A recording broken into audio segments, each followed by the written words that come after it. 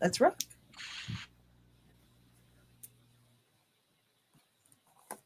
Guy dresses up like a bat. Clearly has issues. There was a leak from the inside, man. Smoke him out.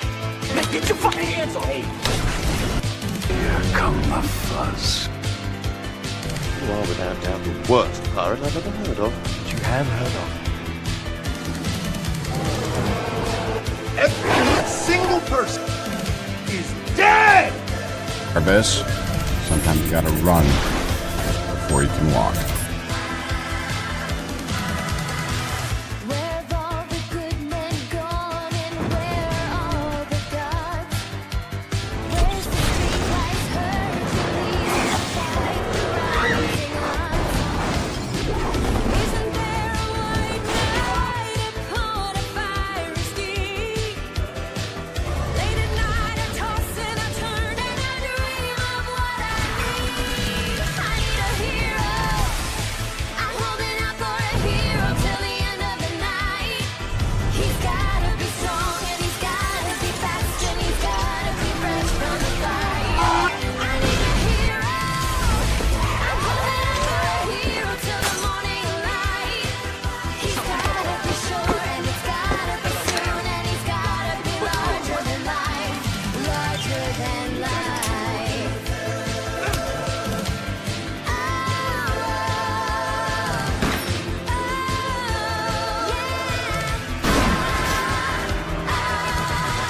Somewhere after midnight in my wildest fantasy, somewhere just beyond my reach, there's someone reaching back for me.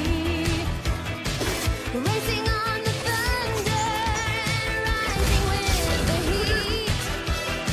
It's gonna take a Superman to sweep me off my feet.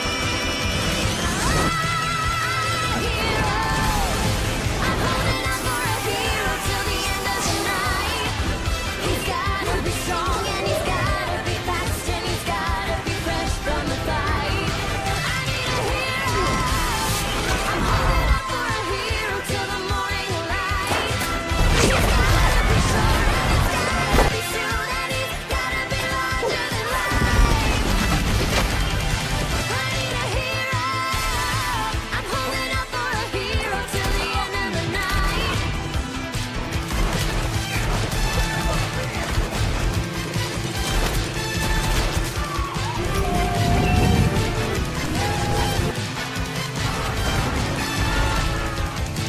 Up where the mountains meet the heavens above, up where the lightning splits the sea, I can swear there's someone somewhere watching me. Through the wind and the chill and the rain and the storm and the flood, I can feel his approach like a fire in my blood.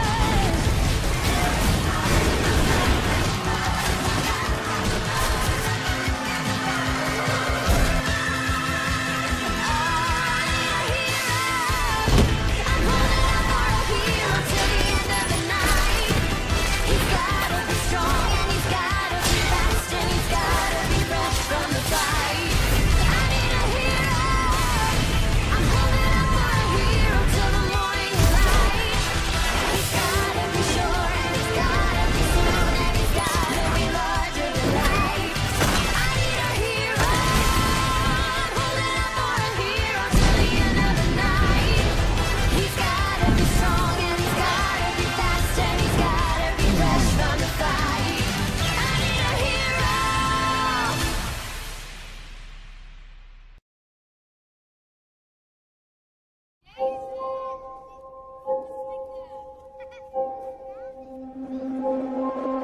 The top of every mountain is the bottom of another. The top of every mountain is the bottom of another. Run for cover, you discover some will thrive and others suffer. Cause the top of every mountain is the bottom of another. Woo! Don't wait, don't hesitate. Better speak the truth, let it resonate and let it detonate and get blown away. Till you keep on rising to a higher place. Can't stop, won't stop. Don't stop coming till we hit the top. Gotta keep pushing till the day I make it. Since they won't give it to me, then I got to take it. The pain today is power tomorrow. Keep on coming, but you'll never catch me running, 'cause I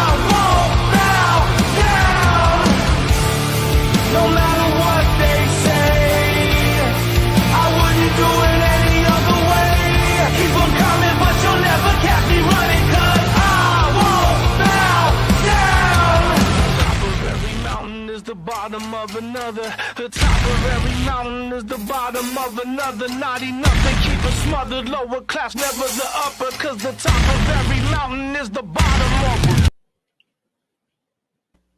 Well, now another weekend stream as usual. Good evening, you and Stacy Wolf Squadron. This is your Welcome Commander Wolf Tank. I'm your werewolf, and we're talking about heroes and villains.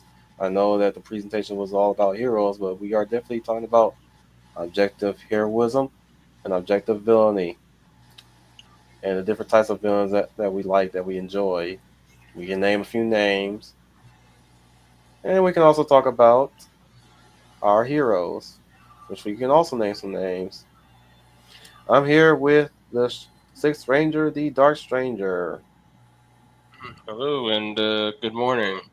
Thank you for having me here while we talk about. What are we talking about? Heroes and villains.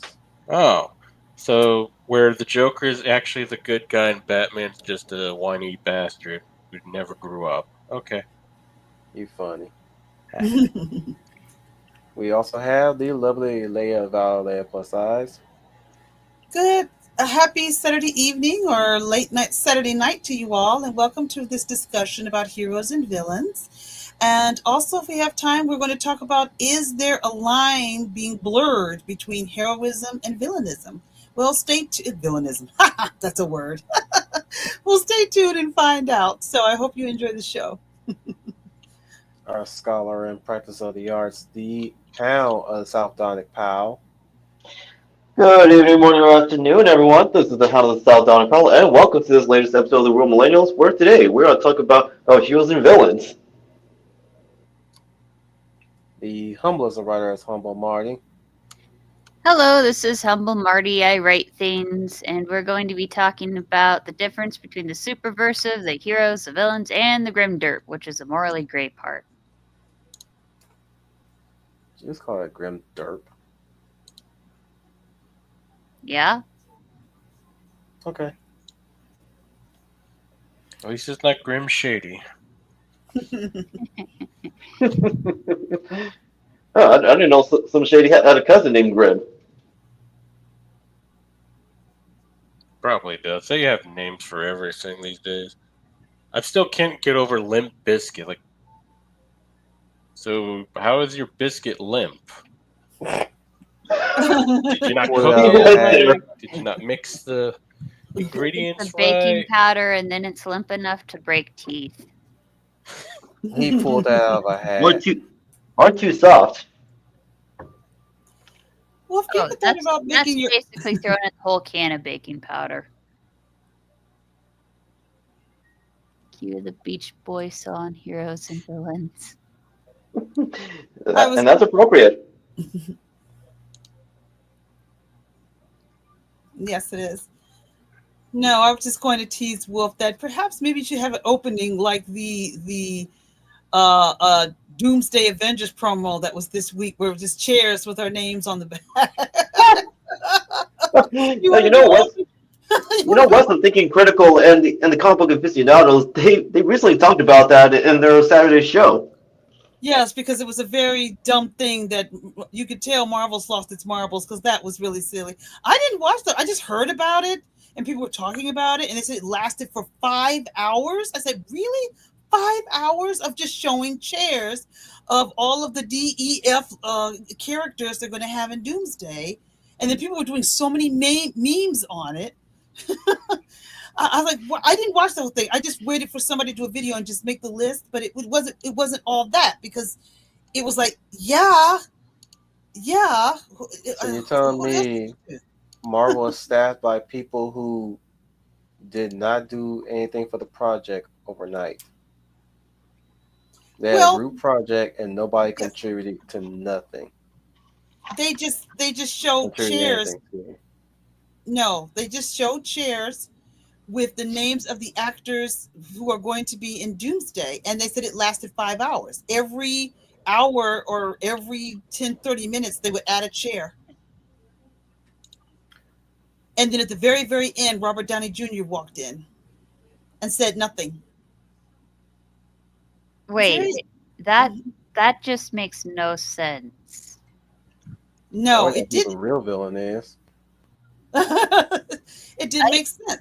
That's I what feel that's bad for Robert Downey Jr. It's like they had showed the chairs of all the empty seats, and then he shows up, and everyone's absent.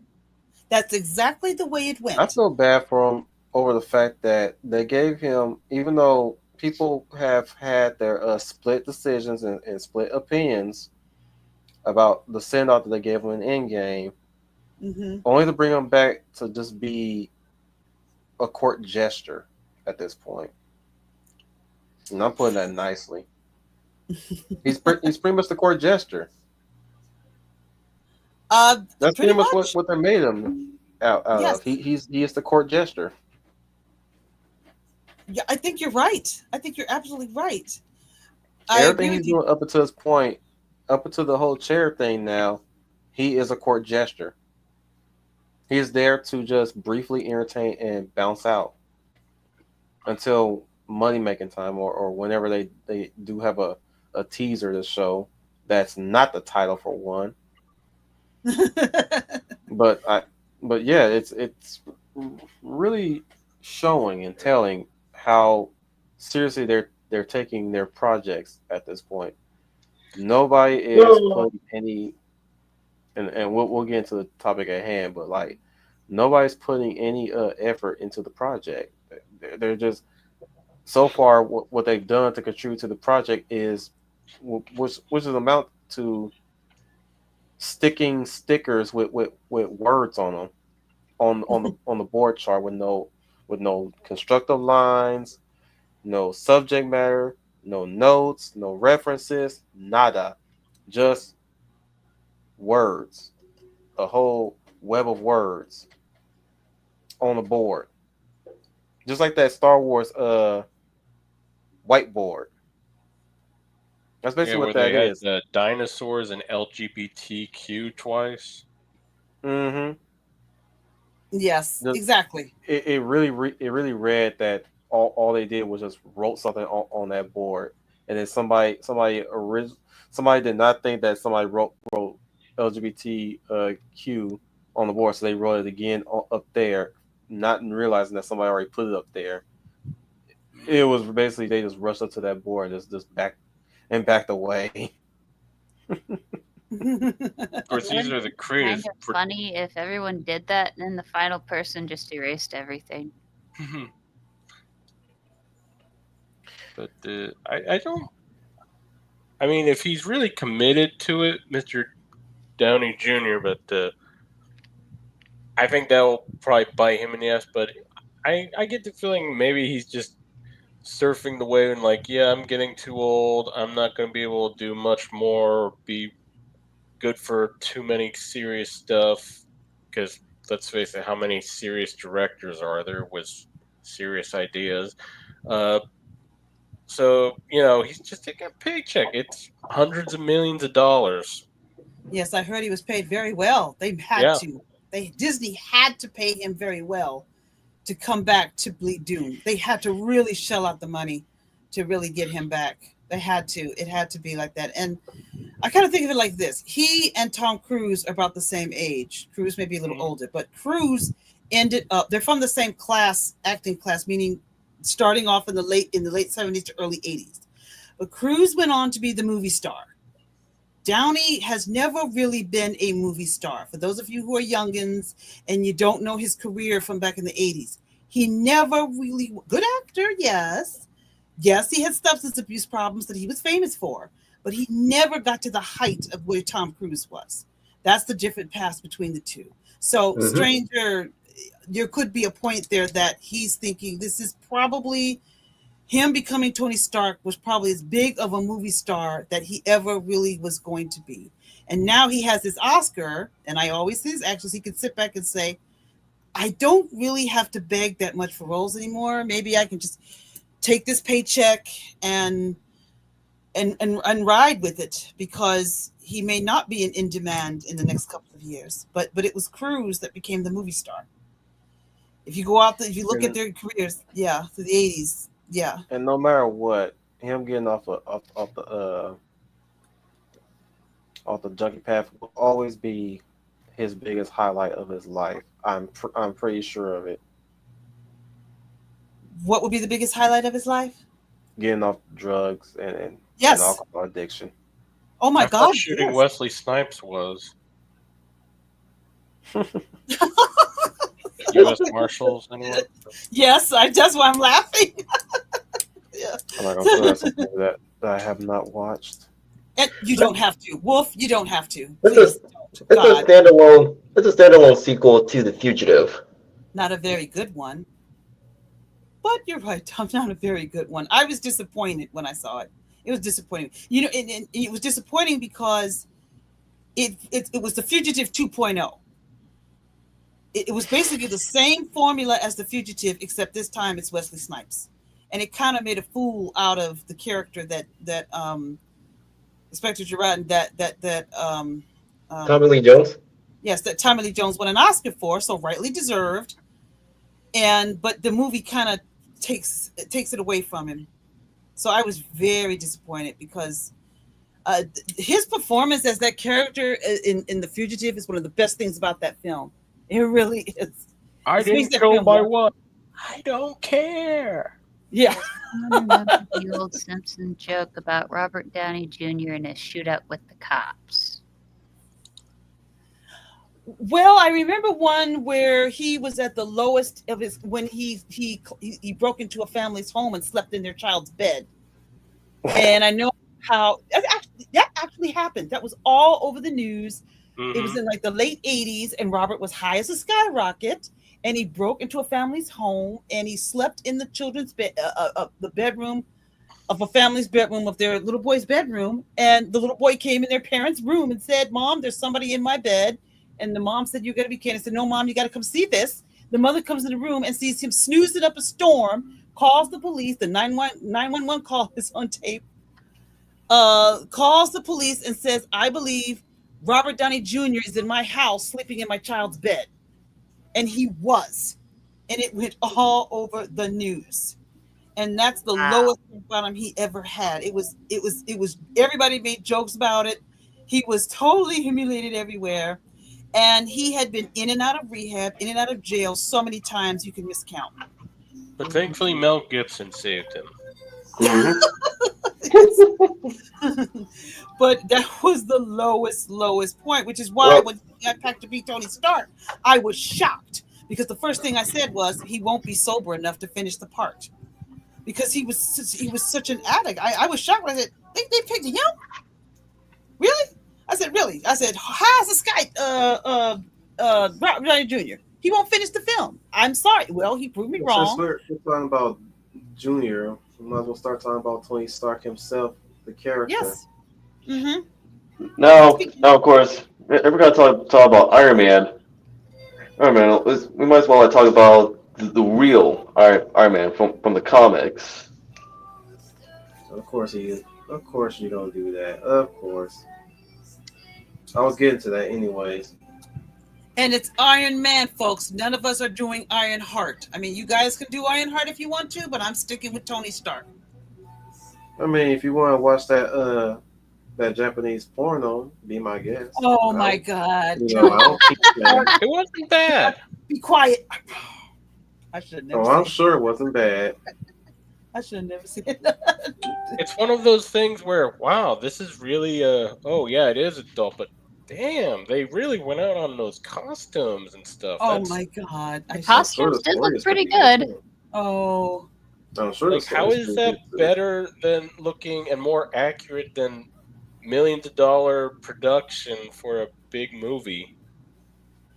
Like, oh my! I have. It's like those Allstate commercials with the Batman stuff you're seeing now, and like, Poison Ivy's I've been noticing that like whenever I go on YouTube. Batmobile, like this looks too authentic, but this is just a gimmick. Whereas the actual product is, wow. Well, getting back to Tony Stark, He did do a lot of ladies, yeah. So there's a porno there. Oh my goodness gracious! Oh my goodness gracious! Which was also a big topic in the Ultimate Universe when Black Widow released their sex tapes. Yeah. I Yeah. don't ever like. I do not like comic book Stark that much. Why? Do tell us. Do tell us why comic book Well, Star is not your it, favorite. it, it remotely ties to Civil War mostly, of Well, course. Okay. But All right. well, it I took can't. Tony a while like to really redeem himself. So like I, after I'm the not whole done thing with yet. Civil War. I'm not done yet. His drinking issues was still a surface thing, a resurfacing, recurring thing that writers didn't seem to understand that he had dealt with it a long time ago, and that kept coming up. There are some other things that he was doing that I can't in particular recall. I did not like though when it happened, but I could not tell you what was it that was. But every single time there was moments where comic book Tony always rubbed me the wrong way, you know. Oh, and there was the whole thing about Peter Parker and how he basically turned his back on him. Mm-hmm.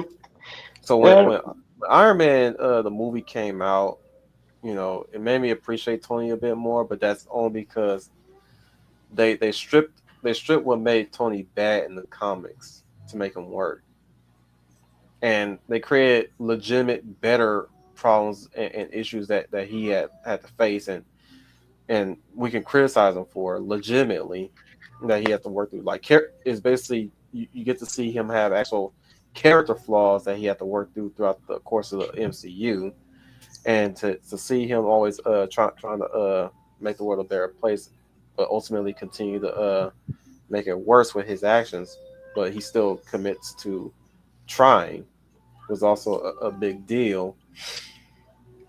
He may not be my favorite Marvel superhero, but props to him to always try to do the best he can.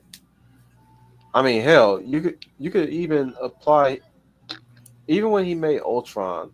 That to me was like they could have done the exact same thing with Hank Pym with this one, and they did. They actually did with Hank Pym, which is surprising. I was like, oh wow, they toned down Hank Pym in the movies. Can we finally do that with the comics? Since y'all want to take stuff from the movies and put them into the comics now, Uh, you know. I I like the one from Earth's Mightiest Avengers. you mean Earth's Earth's Mightiest Mightiest Hero? Heroes. Earth's Mightiest Heroes. Yeah, that one. I was ready to write him off because he sounded too much like Downey Jr. But then I started watching the show a bit more. I was like, oh, this is actually pretty good. I still am annoyed at the fact that they have him talk like Robert Downey Jr. Which, Jesus Christ, can we not do that with all of our shows going forward? Well, that's just how the No. guy sounds. He played yeah, if you recall Heroes, he played the senator brother. Mm-hmm. He did. Oh, it's Robert Pacelli. Yeah. Yep. Yeah. That's Yep. how he always sounds. That's why he's been doing Tony Stark in animated voice from Earth's Mightiest Heroes and onwards. Essentially, I mean, no, you can't say he's a voice double for RDJ. Mm. I just prefer '90s Iron Man. Mm. Yeah, because again, with the original Marvel animated universe, like back then, like they were being more faithful to the source materials, even though like they had to make some minor changes as they're adapting them to the small screen, they still kept the essence of who each of them are. Now, his whole arc throughout the whole MCU was well handled. I am not going to deny that, but I still cannot hold the same for comic book Tony, and I'm too scared to even read what he's doing now. You know that also includes with the fact that they almost ever since Iron Man, they kind of made him the Batman of the Marvel universe for a while. The main characters, the original Marvel characters, have ended up becoming background characters in their own stories. Hmm. I Which agree. is which we will touch on like in the next episodes going over supporting characters, which is next Thursday. Right. Well, not next Thursday. This coming Thursday. Okay, that'll be interesting. I was going to say you don't want to read what they. Well, I'll save that for the next chat. But no, Wolf, you don't want to read what they've done to him now. It's pretty much he's been so deconstructed. He's unrecognizable anymore. It's kind of like you said. He's just a background character for the other. I'm sorry. I have to use it. DEI characters that have now taken over. He's kind of in the background. It's scary. I could predict that, and I haven't read Marvel in years. To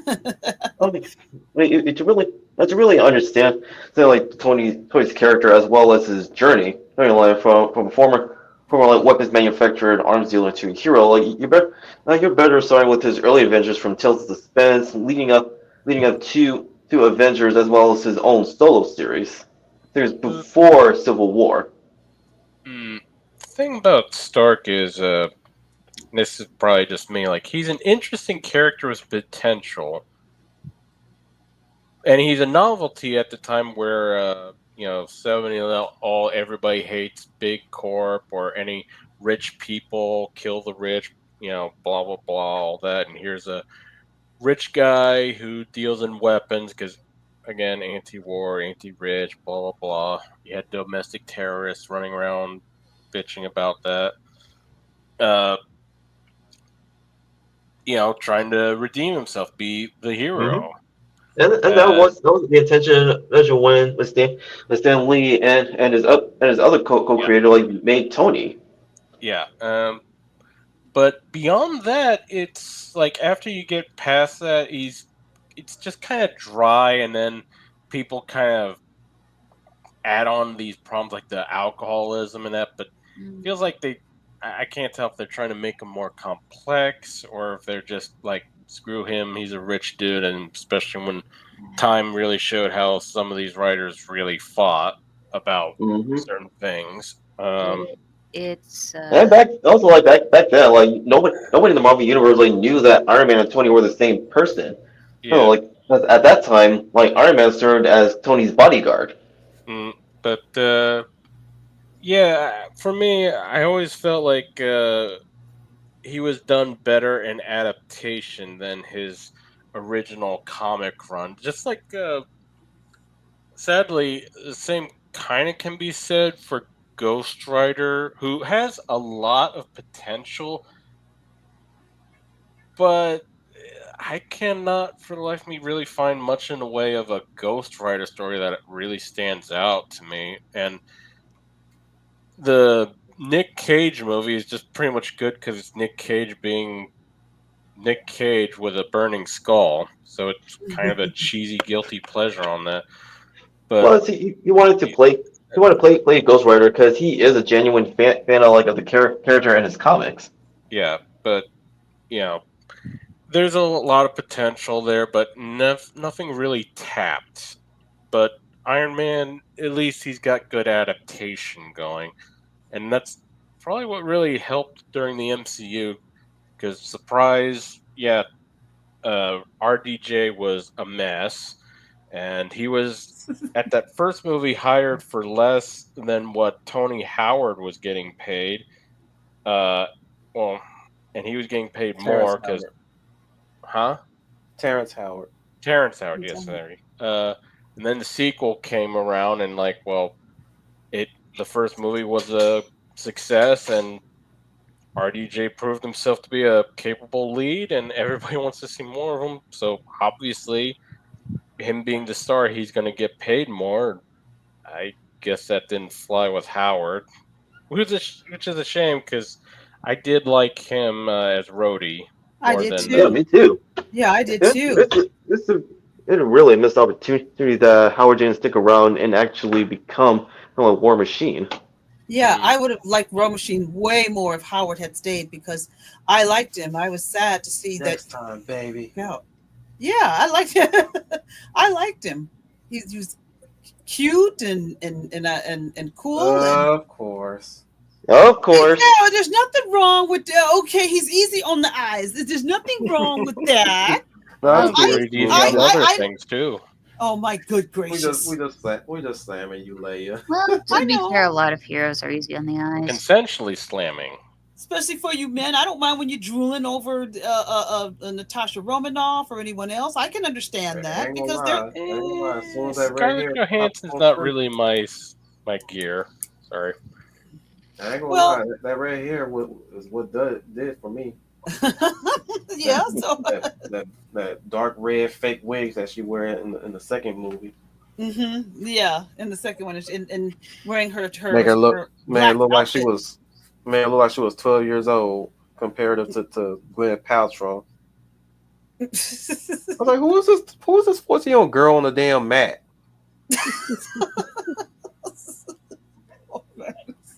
I'm like, damn, like why'd y'all make her wear that wig?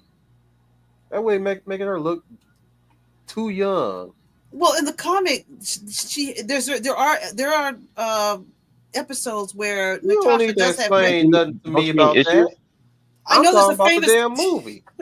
there's a famous cover of Natasha in her black slinky outfit and red hair, and maybe No, that's what they were no, trying you to don't need to recreate that look. explain. You don't need to Okay. explain. I'm just saying that was that tacky ass wig made her look young. And I'm supposed to believe this girl in her 30s or near 40s. Didn't help Well, that Johansson was still was fairly younger then too. Like Hmm. Jesus, like you couldn't have find a hair wig that made her look slightly older. keep in And they mind, kept well, they like kept and they kept looking at her and talking to her like she was a little girl too, mind you. Really? Well, Did you she. not well, notice? Well, But she was. then We're again, talking she about the was second movie, right? just the yes. Okay. second movie alone, just the second movie alone. She looked like again. Johansson was fairly young at the time, and Jesus Christ, like around Junior and Paltrow and Happy, she looked like she was almost like a 12-year-old girl among them. Well, she's not very tall. Maybe that's the reason. I Her think she's little not. skinny tiny Well, ass among those giants.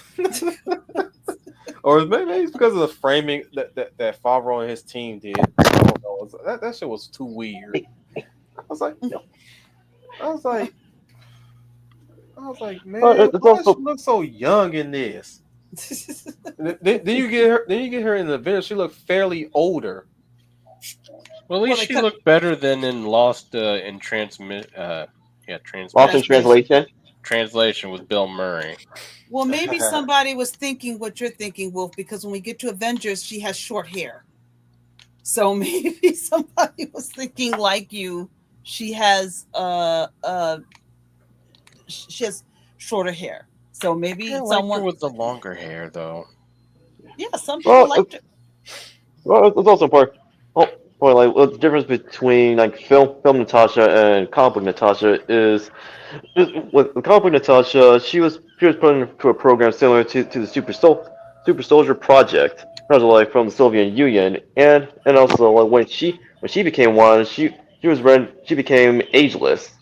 In other words, like she retained immortality similar to Steve as well as Nick Fury. Yeah, well, Reading she off Wikipedia, you cheater. No, no, no, I'm just able to call her origins. Uh huh. put that back. Wolf, who's I kind of agree with that person that said, okay, I'll say it. I kind of found Pepper Potts a boring love interest. There's a reason she was phased out of the. Yes, I agree. And two things: one, she seemed boring, and Gwyneth Paltrow was in the movie. I'm sorry, I have never Ooh, been a Gwyneth Paltrow fan. Gwyneth Paltrow is an overrated actress to me, And she looks and like she really aged too quickly by yeah, those movies. yeah, yeah. and Like she was it would have fine in been. that first one, but then the second one's like, holy shit, how many years has it been? How many She years looks is like this? it's been 10 years, and then three, and it's like, um, Yeah, The is it's one a she his missed. grandma? Yeah, it's a missed opportunity. the Really, one although it would have been a blessing in disguise, realize that neither Bethany nor Ria were not introduced like into the Marvel Cinematic Universe, because otherwise they would have been done dirty by the film writers. yeah, the one Pepper Potts I found pretty funny was the one from I was on Nicktoons. It was the Yun Super. It was the Yun Iron Man. Mm. Oh, Armored Adventures. Yeah, Iron Man Armored Adventures. It was funny because she was the one that would never shut up, and she turned out to be the one to be able to hack into systems. Oh. Best Pepper Potts was the Studio Bones anime little film of Iron Man. I where agree. he shows up Yes. at this house, and Yes. there she is in bikini, and she doesn't really say anything. She just looks good, and yeah, whatever. That's pretty much good. I mean, I've never been all big on pots unless you No. smoke it. Oh, okay. I knew that was going to come. I should have Yeah, counted to so 10. But so you're either Fujikawa or Gabe. What? So all right, so if you don't, his girlfriends. yeah, so you prefer either like him he should have stuck with either Bethany or Rie. Or they could have brought in Madame Mask and tied that in with the Hydra plot. Oh, you're right. That's another missed opportunity. Yeah, that would have been more interesting. But yeah, Gwyneth Paltrow's. Ugh. And now she's just selling vagina candles. Literal, I'm not joking. No, you're. Don't believe me, look it up. You know, That is still disturbing, you know. Like why? That Why? is up to her, and I will be glad not to ask. And is it imitation? No, it's supposed to smell like hers. Why? I don't know, and I don't want to know. Are we sure she didn't like open an OnlyFans account or something? Who knows these days? You know, She might be a I- VTuber. It's best to not know. Yeah. I would not Yes. be surprised yes. if it is the case, though. Oh, I wouldn't want to know. I really wouldn't want to know. I wouldn't either, but I wouldn't be surprised if come to find out she did open up one.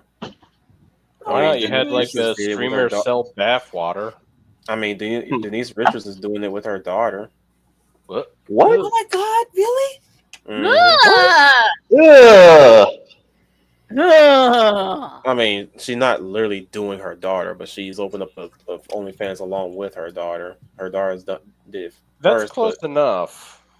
yeah, but still. Oh, I thought she was doing candles like Gwyneth done. I'm like, oh my God, they would Mm-mm. never do. Oh my God. Mm-mm. Okay. All right. Mm-mm. Whew. But just to clarify, is it OnlyFans, or is it like OnlyFans gaming and stuff, where they're trying to make it sound like it's the new Twitch or YouTube gaming? No, No, it it's the real sounds like legit the Twitch where OnlyFans. you have the hot tub streamer. Ooh. Oof. But no, yeah, But I have Rico, not you been on that you fell in love account with the at wrong all, woman. and I've only seen the cursed clips and shorts, so don't take my word for it. Rico fell in love with the wrong woman. Obviously. But, it just makes it's no surprise why Charlie Sheen ended up going the way he did. Oh God, Charlie Sheen, that poor. Yeah. Woo.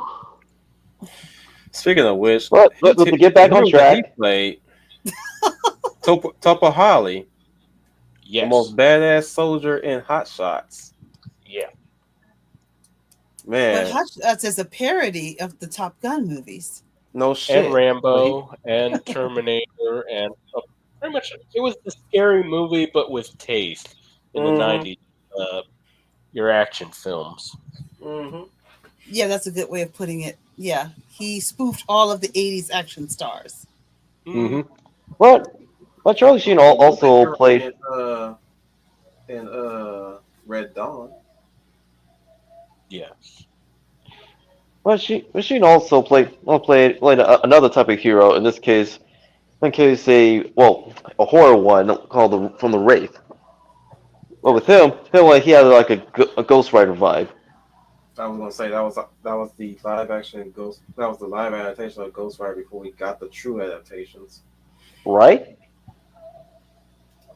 He could play Mexican and be Reyes, since it was a car. Was it a car? Yeah, Reyes. He's I guess he's now a actual Ghost Rider, but originally he just was Robbie originally Reyes. a demon spirit possessed who somehow had the same abilities as the Ghost Rider. The Ghost Rider by then with like an angel. I mean, it's Zar, confusing. yeah, Zar. Like all the Ghost Riders came from Zarthos, who was a fallen angel who became a demon after he met Mephisto. But with Reyes, yeah, he didn't become a true Ghost Rider until later, like, because he was like playing host to his like uncle. Yeah, but he's just a driver, not a rider. So Ghost Rider, like, yeah, no. You're right, Bubba Smith. If they were thinking, I was just looking at his comment, that would have been great. That would have been great. And someone else made an earlier comment where they said that they kind of lost a little bit of lost favor a little bit with Tony Stark when at the end of the That'll be first one. Buddy. But he's our Yeah, only there was right now. he's the only one here. Okay, all He's, buddy. he's he's not the Oh, only one, but he's the only one speaking.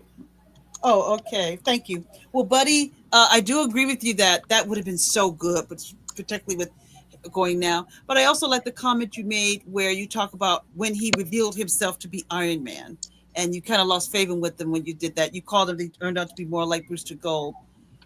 Was it smart for him not to keep his secret identity?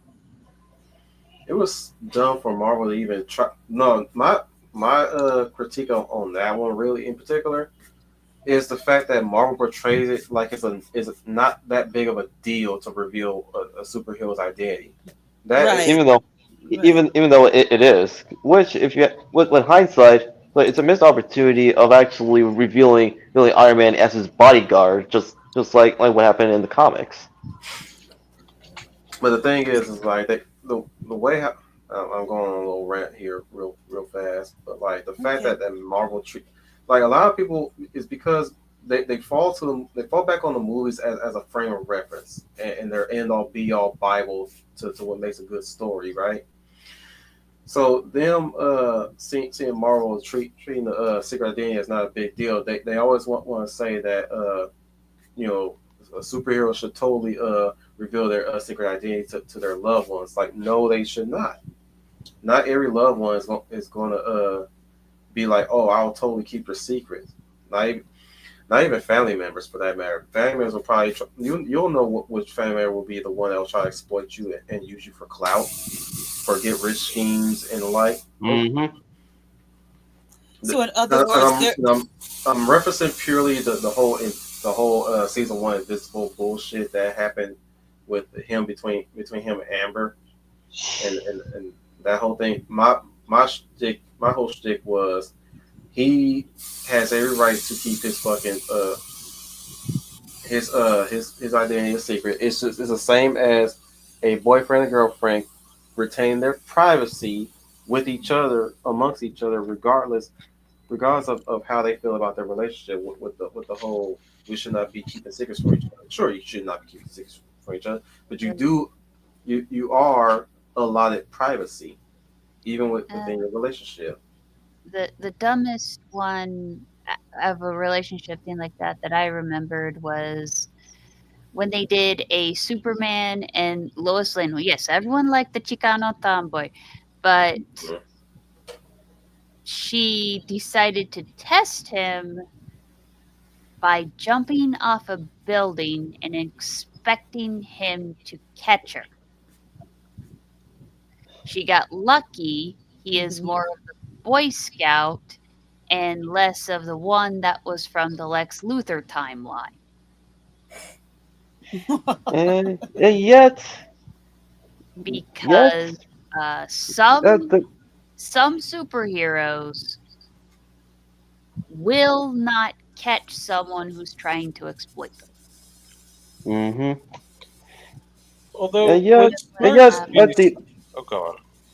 Oh, sorry. and yet yeah, like Vicky Vale from My Adventures with Superman like looks more like Lois than Lois herself. But like well, her point that's done like onto Clark is stupid.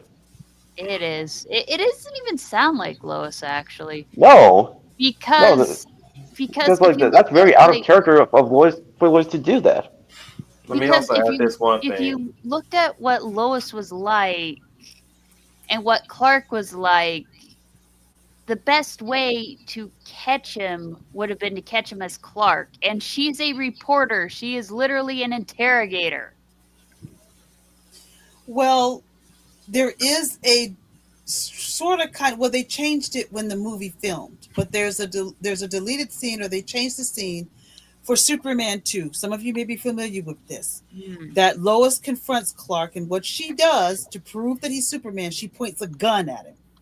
And this is in the not rehearsal tape, but this is in the test, screen That's test for footage. Margot Kidder. Yeah, test footage where they're talking, and Lois points a gun at him, and Lois says, "If I'm right and I shoot this bullet, it's going to bounce off of you. But if I'm wrong," and then Clark says, keep saying, kidding Lois is crazy. You can't do that. And she said, I can't remember how it was, but she said, "I'm so sure you are. I'm going to shoot this gun. And if this gun, if it hits it, then you are him." And, he's trying to tell her, "Don't do this. You're crazy. You'll kill me." Lois shoots the gun. Bang. And then Clark says, "You realize if I was Clark, you would have killed me." And then her line back to him says, "No, it wouldn't, because this gun had blanks. So I tricked you." And that's how she finds out that he is Superman. She points a There's gun. blanks, you big baby. Yeah, she told him it was blanks, but he kind of leans in a little bit, but he shoots the gun. It does fool him, but there's a pause between them, and then he sort of Christopher Reeve goes into Superman mode and says to her, "You realize if I was Clark, I would have been dead." And then Lois says, "Why? With blanks? Gotcha." That was the line. So that was, but they changed it. I wish they had kept it for Superman 2. It was better than her throwing herself into the water. But that is how she gets her hunch that he is Superman is proven true. So I thought that was kind of a quirky, not a quirky way, but a way a reporter would to, to get her hunch, because she has this hunch he is Superman, but it's hard to believe because Clark being Clark who he is. But so that was her way of testing him. And then she looks up and says, I was right all along." And then yeah, so points to her in that scene for tricking him by shooting a gun with blanks in it. Going back to the secret identity whole shtick, Mm-hmm. you know, it. I made this comment one time. This was on Josh Sculpture's. I think it was one of Josh Sculpture's videos about the secret identity thing, or somebody else. And I said, in the age of identity theft, nobody should not be bitching about people not revealing their fucking secret identities at all. And in this day and age, you're living in a world of cyber attacks, and you're complaining that somebody's keeping a secret from you. Like, do you not realize the world that you're fucking living in at all? Where That's you and that's where why you anonymity is important. Well, I where think what the it fact of the matter is, you share anything about yourself on the internet, somebody's gonna take that, even if it's a picture of your dog, people can take that and manipulate it into any kind of story.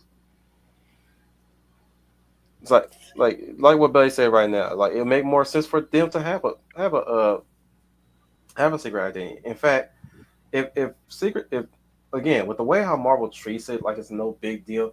Okay, my question is, why the hell does Steve still live incognito in civilian clothing?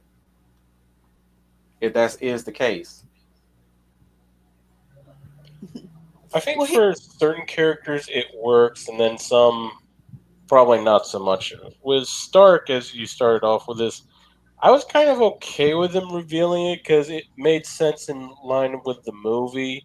Because by at that point, he didn't want his tech being used by the feds or anything like that as a weapon, which which was a kind of a theme throughout like 1 and 2 and onward. Especially with Shield doing their investigation and trying to find out the tech and get a hold of it, which he Hmm. didn't like. And then the secret stuff, he found out the guy who pretty much helped raise him after his parents died backstabbed him and was Dang. working against him. So mm-hmm. secrets, feds, like screw it, I'm Iron Man. You both make a good point. If I could add, and maybe I'm wrong here, this is the problem when Hollywood gets a hold of the comic book world, as many people say, they don't understand how it works. And maybe they don't understand the purpose of a secret identity. Like Wolf brought out, there are rules as to why it would be wise to have a secret identity. Like you said, Dark, that for some heroes it works. And then for some, like Tony Stark, they kind of can get away with it. But if you're going to have, but I agree with Wolf that you shouldn't just pass it off as it's nothing. There is a concrete reason, and Wolf talked about this, why a hero should have a secret identity, and there are, and all of you named some good reasons. So Yeah, didn't it's the Toby Maguires also deal with the secret identity stuff a bit? Yeah, but the thing is, the one thing I gotta give Raimi's trilogy for this mm-hmm. one, because 9 out of 10, Peter sucks at keeping his identity secret throughout those films, and that's not to say that's not me indicting him as a legit good Spider-Man. No, it's not that. They were the way how they present it, the way how Raimi present it, is that sometimes even in the heat of battle, it could slip up. Like the whole scene where with the train where the eyeglass gets damaged. In that spur of the moment, he had to take it off because he needed both his eyes to see. You know, because at Mm-hmm. this point he has really good vision with his new spider powers. So he's gonna need both his eyes. So in the heat of the moment, he's exposing himself by that point. So that's acceptable because it's for the moment emergency. He's got to save people. He's got to save a car full of people, a whole train full of people. You know, even Okay. even the fact that he gets knocked out and Raimi really showed how stupid villains in most media are when they have the hero who's in mask, mind you, in mask, but they never attempt to take off the mask. Never once. It happened in a few Batman media. It happened in a lot of Daredevil. Well, I wouldn't say Daredevil to say like that. Him and Daredevil did the exact same thing, which was freaking hilarious. That Mm-hmm. the way how Daredevil even treated that. Sure, tell the police, tell everybody how you got beat up by a blind man. I was like, oh yeah, yeah. I was cracking whatever he says. But no, Yeah, so yeah, back to Spider yeah. Man. But like Peter being unmasked, like did happen in the Spider-Man animated Yeah. series. Yet, yeah, like Peter was able to keep his identity secret because like they just thought Peter like, was masquerading as the real Spider-Man, and because Hmm. Spider-Man contacted him and pretty much and told him to dress up as him so he can trick the Sinister Six. I just love how the voice actor. Oh, I keep forgetting his name. The way how you voice that urgency and that faux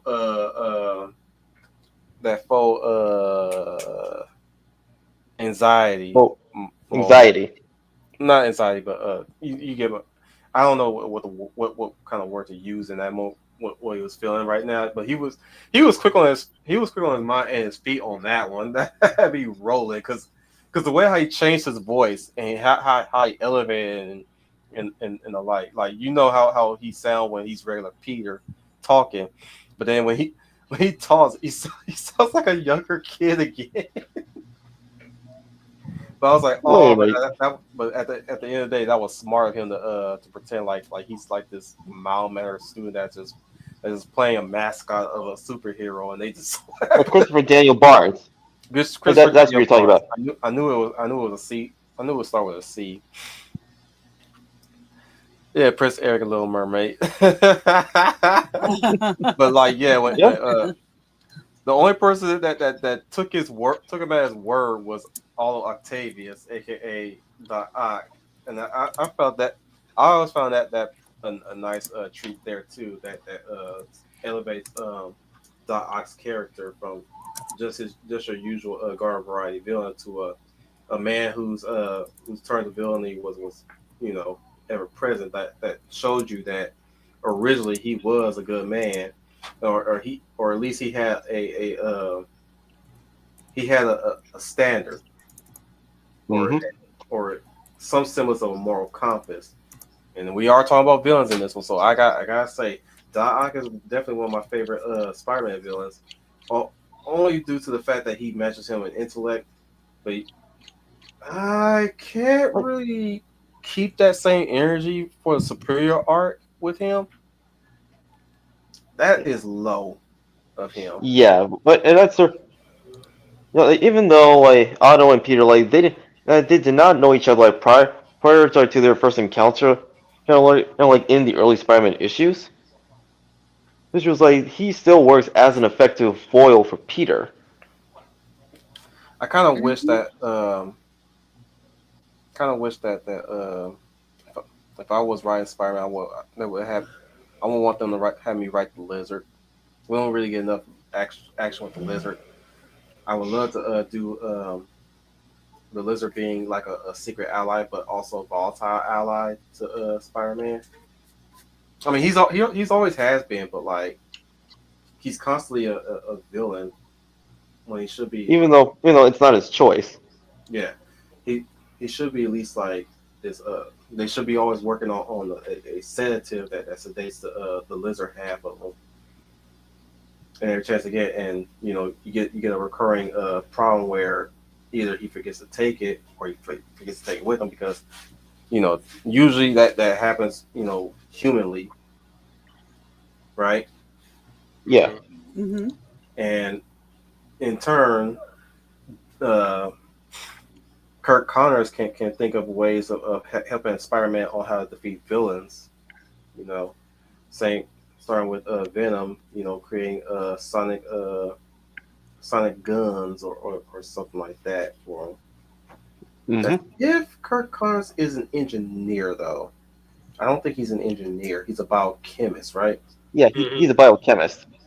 So that's not really in his wheelhouse. That's more suited for someone else. Well, if you want an engineer, there's there's Tony and Reed.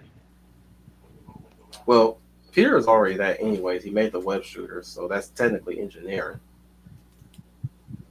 So I'm sure he can make something. I mean, Jesus Christ, like you know, it says something about Marvel writers' imaginations half the time when you have to hire new people to come and think of that shit. Well, as well as doing the research. But no, to put What's gonna but I was gonna say briefly about Doc Ock. Like when the series when the '94 anime series introduced him and added in that him and Peter like knew each other because he was his teacher. He was like to this day like that felt like a welcoming addition. Yet it is still distinct like to the original Marvel anime universe and separates him from his comic book counterpart. mhm.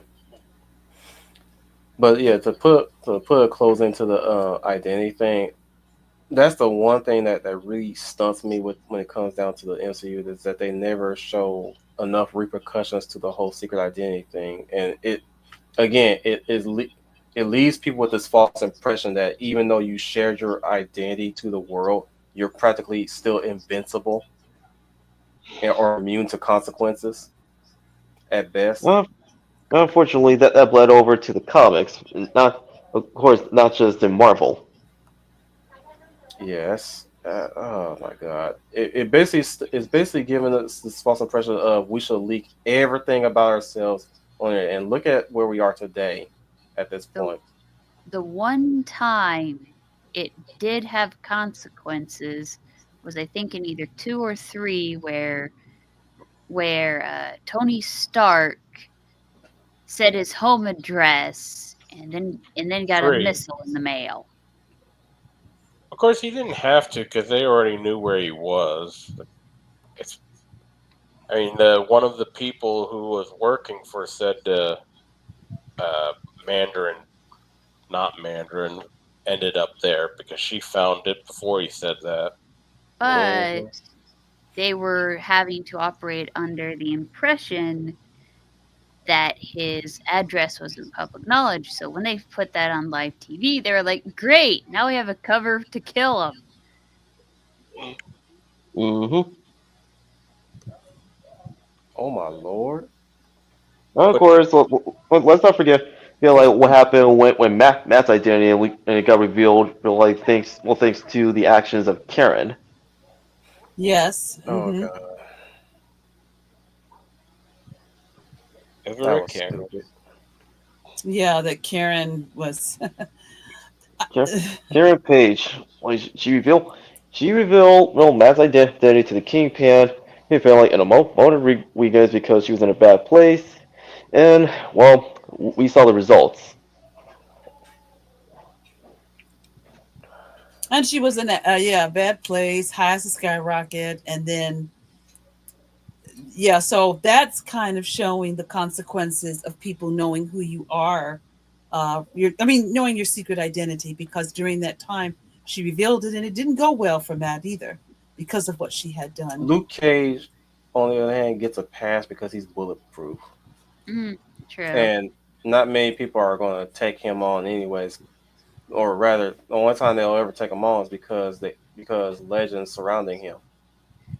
The only one that actually covered why they kept the identity a secret was in the movie The Incredibles. Hmm. That's true. That's a good point. Yes, I would agree. That's an, Here's another question I propose. Okay, if superhero identities are not that big of a deal, then why don't the villains reveal themselves and go out in the open Mm, as villains? maybe under the cover of darkness, they're able to complete their evil plans. I think. That ain't what I asked. Depends on the Uh, villain.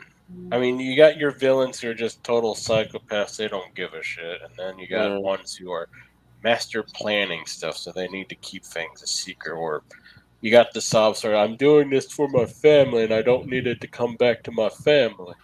I think the best one they did for Secret Identity was off of the comic book, and this one's recent. Was Beneath the Trees Where Nobody Sees, and Samantha Strong, who is not a hero, she is a serial killer. Mm.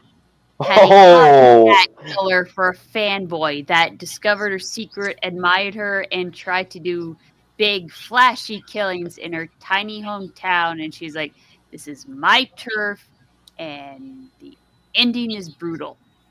and keep in mind like this new series from the independent comics team. It's good, but I find it hilarious that that the creators like made this like through funny animals, Mm-hmm. Anthros, and it Mm-hmm. worked. Puts the scary in Richard Scary. And to the creators' credit, like yeah, even though like the protagonist is a retired serial killer, like they did a good job at least getting the readers to root for her. Mm-hmm. A retired serial killer. Why does that Come sound on. so hilarious? Have you seen like Dexter Morgan, both the book series and the TV show? I'm He just he's saying. the he's the, he's the blood splatter analyst. I'm just saying. Retired serial. Like, how do you put that in a resume? Retired You from killing don't. people. That's why she You kept it a don't. secret. Retired from murdering people. Retired from murdering people. Yet, yet speaking of Dexter Morgan, it would be interesting. Just like what would happen like if the two of them encounter each other because he's a serial killer I killer. feel, you know, speaking of murder, I do feel bad for any murderers that do try to turn over a new leaf and start anew. Hmm. You got, like, man, you just gotta really either keep that on the rest, or how do you go about saying that, like, just with a straight face, and then how do you reassure somebody that you're not going to hurt them? when they don't when they least expect it, right? Mm-hmm. It's like with the way how things have been, I always try to ask, with all the news that spreads, all the news about crimes, people talk about crimes and criminal behavior and criminal activity. Has anyone ever thought to not do a crime if you want to live a good life, Uh, even if your life is not that great? the ones that do never end up on the news. Mm-hmm.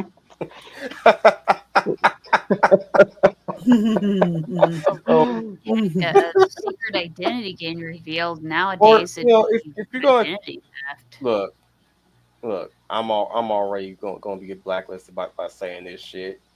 So I'm gonna say this, hey man, if you're gonna commit a crime, why the high crimes? Seriously, why? You know, You're not wrong. I mean, jaywalking is still a low crime.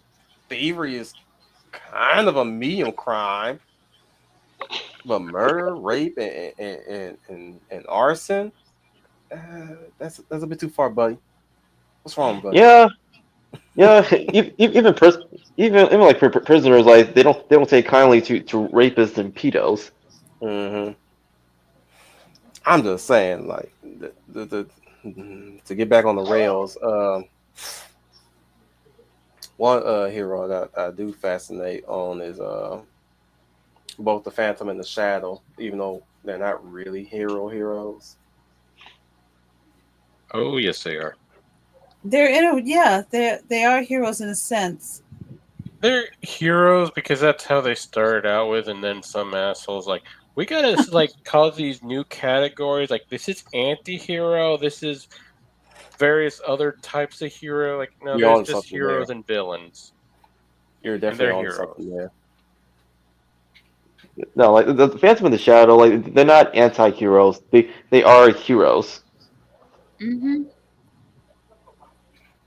I was like, They, what? they yeah, they just they are they're kind of in the Batman family, which is they are to scare the bad guys.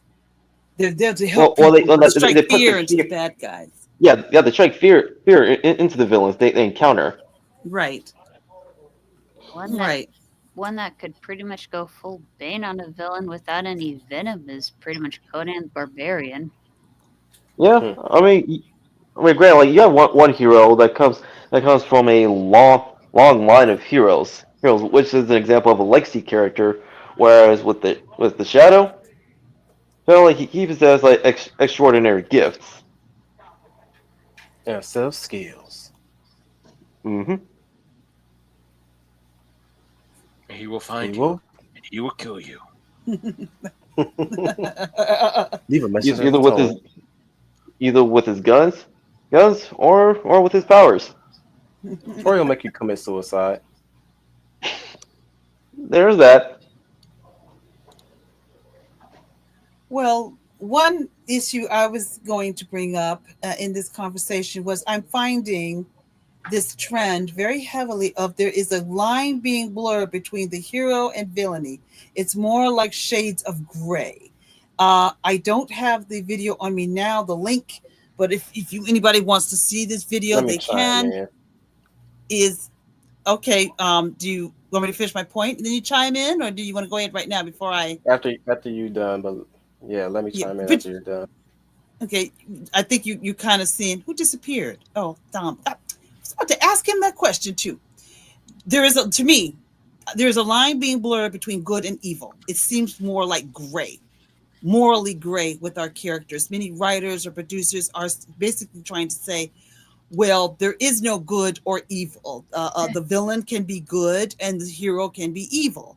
And I'm seeing more and more of this.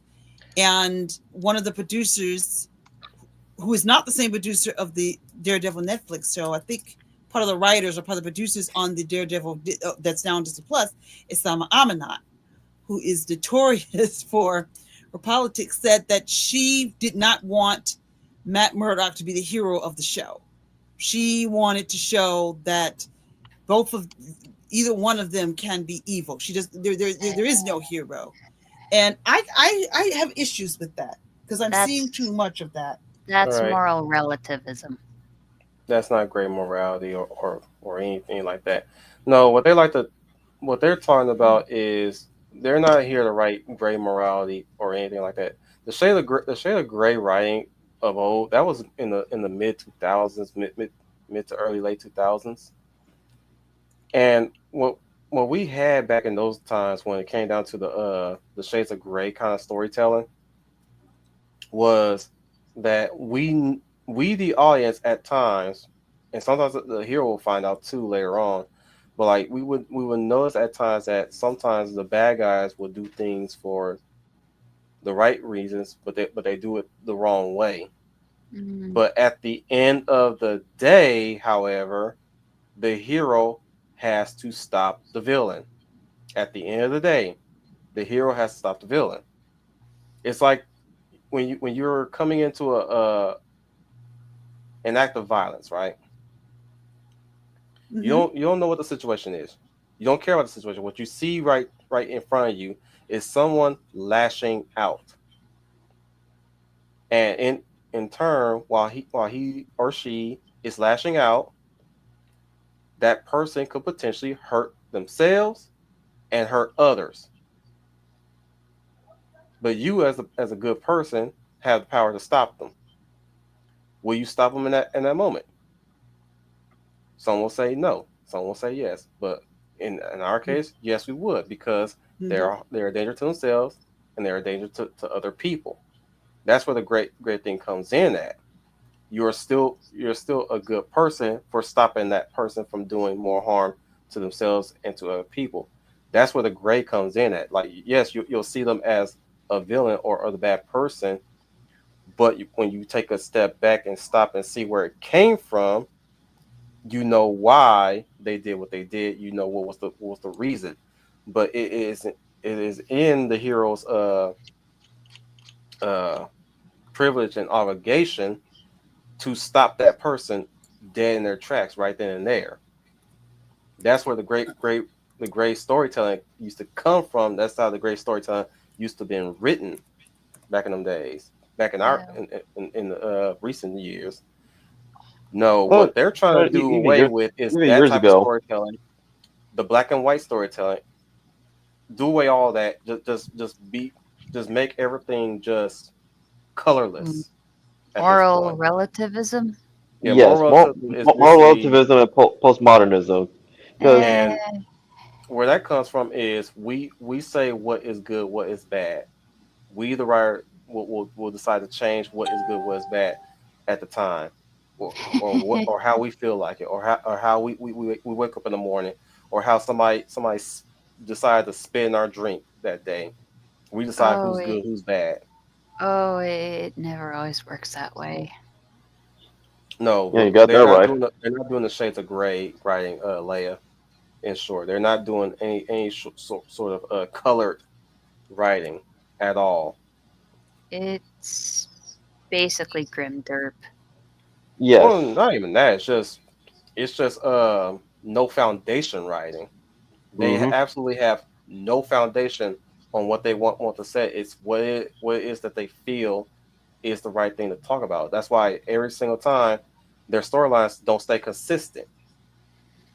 Their character motivations don't stay consistent. And any chance when they try to give the characters some type of flaw or arc or lesson to learn, they they rewrite the rule. Well, Hmm. heck, And for, it can actually it can actually poison the way you rate relationships as well. For example, in Hell of a Boss, one of the most favorite couples that gets talked about a lot. And has ha- been Hotel, the main series, Yeah, yeah, had been basically Stolas and and, Blitzo. and Blitzo, and they it's hell. Hell is evil. Hell's got suffering, but And also, Blitzo it and should be punishing like sinners. yes, but Blitzo and Stolas are stuck in this whole.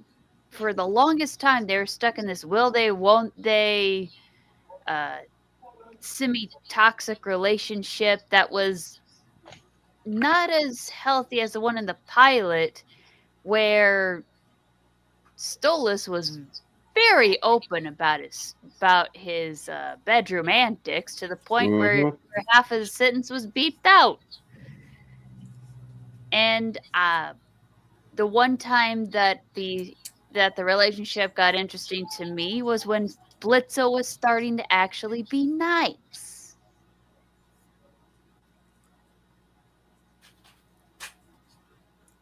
And then you Okay. had the healthy relationships start going downhill. Which, I in a see. way, speaks a Oh, go ahead, lot Dom. about, which speaks a lot about the person or people who made the IP. In this case, has been Hotel and Humble Boss. It was made by Vivzy Pop. True. Uh, my favorite will they won't they one was Jinchi and Mao Mao from the Apothecary Diaries. Oh yeah. Jinchi is pretty, and Mao Mao is she tries to tone down her prettiness by putting on a bunch of freckles, and she loves to make drugs, Indeed, she does. poisons, and she's got a curiosity and a sense of justice. Okay. And what makes them funny is sometimes they can do stuff that's like really stupid. I What? see.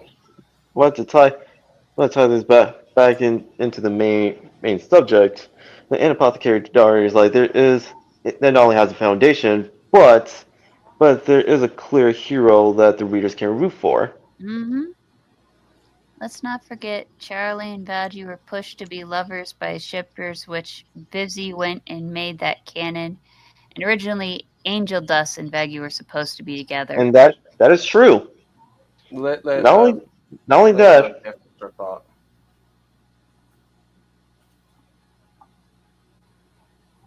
because she was fixing to say Go ahead, something. Leah. Oh, I was going to let Dom finish. Well, all of you have made very good points. I guess with myself, what I'm noticing is we're getting villains. You notice we're getting more origin stories about villains. It's almost like treating the villain like a hero. Now, I could be overthinking it, but that's what I'm interpreting. If I'm wrong, you can all No, you're weigh in your correct. thoughts. It's gotten even worse Okay. than now. Now they want to fuck the villains. Mm-hmm. That Yeah. is where some things come from, is wanting to smash. Yes, and that's what I meant by blurring the lines because they're treating these villains like heroes. To Joker quote our is good friend Roltz, you know. women should never learn how to write. Because Like, we come on, now like, have to hear their unrequited repressed appetites. even though even though he said it in jest, just like it comes from what we observed that yeah like these women giving like other women a bad name like with their antics. Hmm.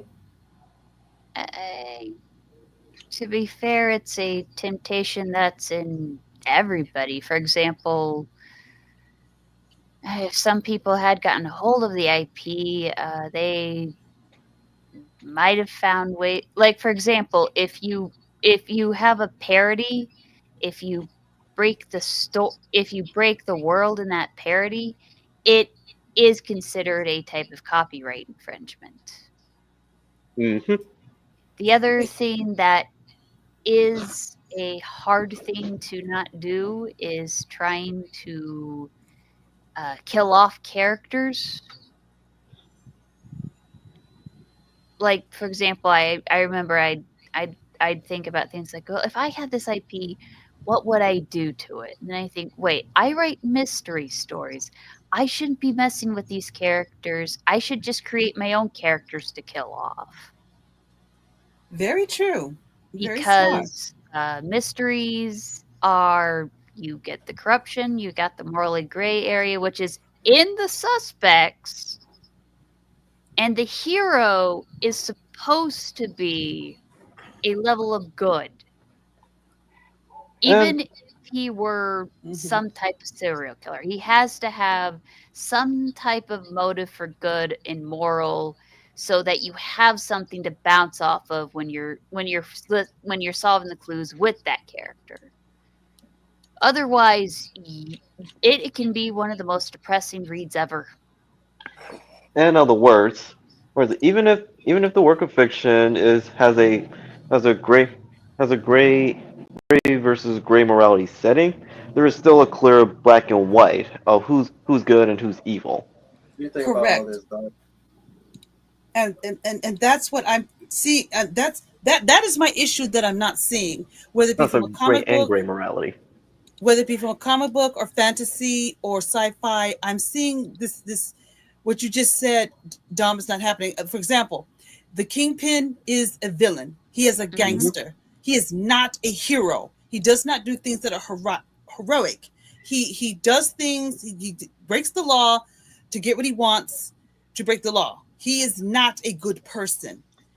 Not to mention he's an Daredevil example of stop a him. villain with good publicity. I mean him and Lex Luthor from DC Comics. Sure, I'm I glad you said agree. it that way. Yes, he's a villain with good publicity. He is not a villain who thinks they're the good guy. I'm really getting so sick and tired of that fucking label as well. Yes, No villain stands in to think that they're doing good. At least in a way, they just think that the answer that they fall onto is the solution to the world's problems. They do not think themselves as good people. They know what they're doing is wrong. They know, just like with the whole Megatron, formerly D16. hmm He he didn't set out to free the Cybertronians from Sentinel Prime's fuckery. He was there to Well, get back and to at clarify, this is Transformers Prime. One. And Yes, and Transformers Transformers One. 1. He was out to get back at Sentinel Prime for everything he's done, even including killing his hero Megatronus. You know, he's yes. not. He wasn't there, and even with his turn to villainy when he was slowly becoming the thing that he hates the most when it came down to Sentinel. You know, he just even in his words, he's not even saying anything to the likes of, I'm just doing this for all of Cybertronian. You know, I'm out to free us all from. Never once you ever hear him say that. Nothing to that effect. He's out to destroy the very one. He's out to destroy Sentinel Prime, and he's out to destroy the foundations of which Sentinel has built upon, and is burned to the ground. He at this point hates the Primes, all because of Sentinel. And you go back Even his to OG and it's pretty much just a conflict of, what's the better for the future of Mm-hmm. Cybertron. Mm-hmm. Trying to make Cybertron as a similar has really rubbed me the wrong way over the years. Well, see, that's the one of the points when this topic for this stream came up. The first question I asked to myself is, we said we love our heroes and villains, but who are our heroes and who are our villains? As you guys brought out about Luthor and Kingpin, they are still the bad guys, and what we look forward to by the end of the story or for the story is for the good guys, hence Matt Murdock, for instance, Daredevil, to try to bring them down or to stop them. That's what I mean. And I don't know what's going on, but these writers to me seem to have this line between there is no evil, and that's scary because there is evil. and Just you need as the much as hero there is to defeat objective it. good. Yes. So you need that. So for me, the They're issue only I'm doing that seeing. just to stop you from taking any action. Eh. Make it Because once they morally. throw that Make in there, once they throw that in there, beware when you decide to do something good for the good of people.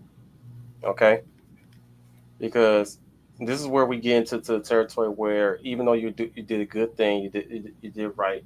There's going to be swarms of people that's already been conditioned to chastise you, criticize you for stepping up and doing a good thing.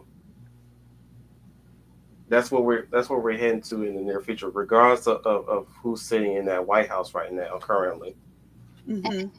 We're still dealing with the masses that will literally try to trick other people to act against you, to look at you like you're the villain, to look at you for being a bad person, for wanting to do something while everybody else watched. I remember a similar thing happening in Berserk in the Lost Children arc with with Guts using a kid as bait to bait in the little bee demons, and he uses Well, his Wasp demons. don't care, Dom. Don't care for semantics right now. I'm on the mode. But no, he's right. But still, I don't care. He uses his.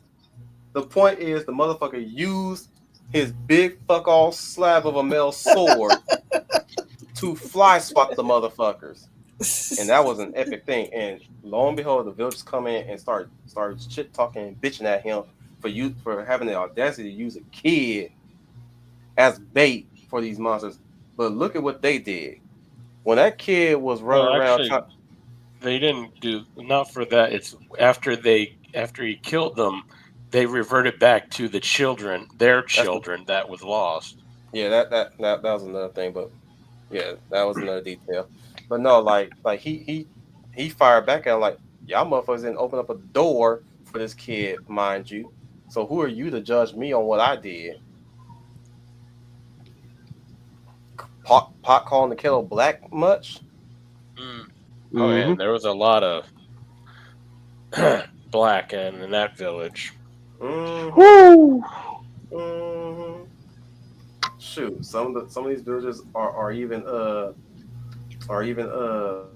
blinded to what some of the villagers get up to in the darkness of the night. Yeah, even the one father and kind of ignores the fact that his drinking buddies probably sexually assault his own kid. Mm-hmm. Them's not your friends, sir. They're not your friends. As a man, so I keep those guys in the same room. Hell, for all we know, one of those guys actually had a go as wife at one point, and he probably didn't know. Probably didn't. Probably don't even care. There's heroes in Berserk as well. Like a lot of people Mm-hmm. have this misconception that Berserk has no heroes, or it's because it's so Which is grimdark. bullcrap. There's no heroes to be had in that. There's heroes in that book. In fact, dare I said the Band of the Hawk at one point was the heroes. They were your protagonists that you follow. Sure, there were cell swords for sure, and whatever you think about higher guns, higher swords, or cell swords is all entirely up to you. But that's who you were following in the Golden Age arc. And if you want to label them as the bad guys, well, shit, they're the bad guys that were pulling out the worst bad guys in that story too. Of And course, again, some people get hung up on guts and so on. You know, they assassinated some people, and yeah, they assassinated the people trying to assassinate them. Mm-hmm. Well, Which again, on technicality, they are still they were and still were the heroes like of the Golden Age arc. well, Yeah, say for they may not be your traditional heroes, but they have have heroic qualities. Say for one. Safe, we know. He's getting back at me for what I said. Heroes, I did see there was a crossover comic between who was the Street Fighter that had the American spiky blonde hair? Guile. Guile. Guile and Common America. An Air Force I girl thought that. and I don't know what she is. What is she? I don't follow that stuff. She's a stand-in for ramen, actually. Common America. No, Common America. She was a stand. She was and is a stand-in to Hold Carol. on. Let Humble finish. She was saying something first. Yeah, get off your coffee. Common America started out as a parody to Carol Danvers, but then she became her own thing. She is literally the fashionista super lady. Ah. So think of her as a part that think of her as a makes mixture it fun- between Janet and Carol. Yeah, and the part that makes it funny is she got the name Common America from a poster in her friend's bedroom that said Common. Mm-hmm. So you've got Magical Girl, Super Sentai, Western Powers, and drama. Well, I was gonna say she was Linda But Carter. well-written drama. Yes. What I will say is she's basically Linda Carter Wonder Woman as well. Mm-hmm. You can say that, yeah. With the whole fashionista stuff. Well, the fashionista is more Janet Van Dyne, the Wasp. I never saw that. I thought she was a scientist. She's supposed to be a scientist. No. I thought she tasted like chicken. Oh my god. No, Janet. Well, Janet in the comics, and as well as in Earth's Mightiest Heroes. No, she's a fashionista. She's a fashionist and a designer. For context, like in the Ultimate Universe, Blob, a big fat mutant, eats her. And jokes about how she tastes like chicken. Common Terra is the scientist. Yes. And Misha, Misha's a funny one. When she does her little Sailor Moon shtick, one of the first words out of her mouth is like murder. And it's like, not that much. And she's she's the gun chick. The Russian gun-toting will break a bad guy's leg if it's effective fireball. Well, she's still a good guy. Yes. I need to get those books. Dude, it's really good. Yeah, because like Carol, like Marty said. Into Volume 1 along with the manga for their newest Kickstarter. Well, you can even read Common America on webtoons of all places. Mm-hmm. And it still gets updated. Who says I can't have it in my hand? Hey, we didn't say that. I don't care for all that webtoon bullshit. Yeah, Webtoon is like a separate kind of series that's a tie into the original. Yeah, Wolf needs it in his hand so he can stroke it and feel how firm it is. Oh my goodness. And smell that new book smell. Well, the good news for you is you can order Common America at Iconic Comics' website. Mm-hmm. Well, also Black Ops. Did we get sponsored? No, we just got into a series that has tons of heroes. Everything from veterans that exercise demons to killer bunnies. Killer bunnies. Sounds like again, like that bunny is a hero. Well, we already saw killer bunnies. It's when somebody steals the lipstick from another bunny at the Playboy Mansion.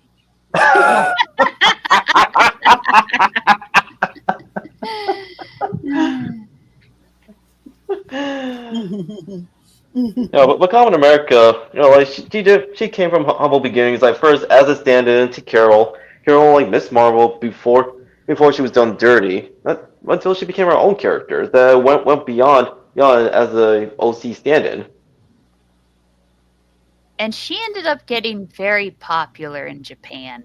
Oh yeah, she got so popular to the point when there is an actual manga like made for Common America, and she received Hmm. and like the original series received a Japanese translation from one of the publishers. Yes. Now, before we wrap up, because it's getting late, I want to go into the type of heroes that I like and the types of villains that I like. Of course, a hero is a hero. Obviously, it's really just what mileage you have on varying types of heroes, whether they being heroic or they being morally questionable, but have a moral compass to boot to go with, or you have ones that are still noble but are willing to take the chances and you know don't have a no kill rule, but Hmm. still Mhm. stays they still stay white in their own way. You Or might want to adjust the microphone. or the paladin or the ranger. Galaxy Rangers. So I like my noble heroes, of course. I like my paragons of virtue. I also like my heroes that are the paladins. I do like my heroes.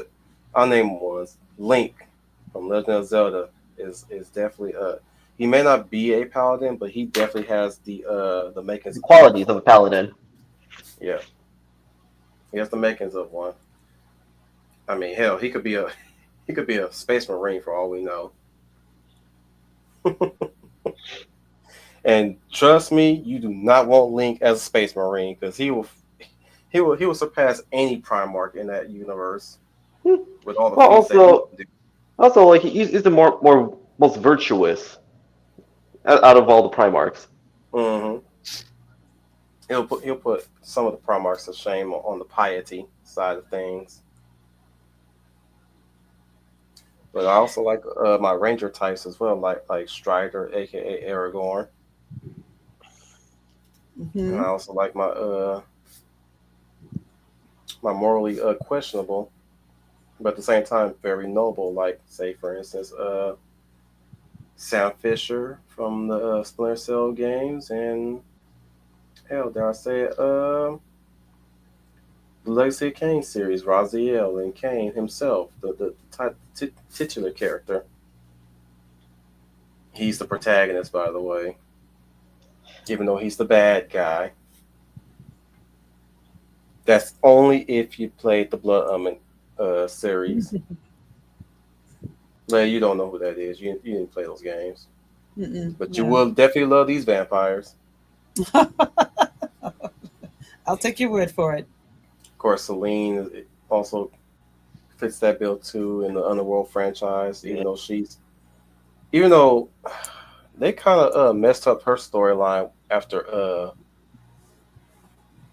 they kind of caputed her arc in what's that one? Which one? Awakening. Was Yeah. it Yeah, Awakening. Awakening? yeah. That was the third one. Just a side note, I just saw that again. Somebody was rewatching it. I guess nobody commented to it because it wasn't a big thing that happened, but it's kind of amusing that they were keeping her suppressed and under animation with heavy doses of fentanyl. She was being held down by the I can't breathe drug.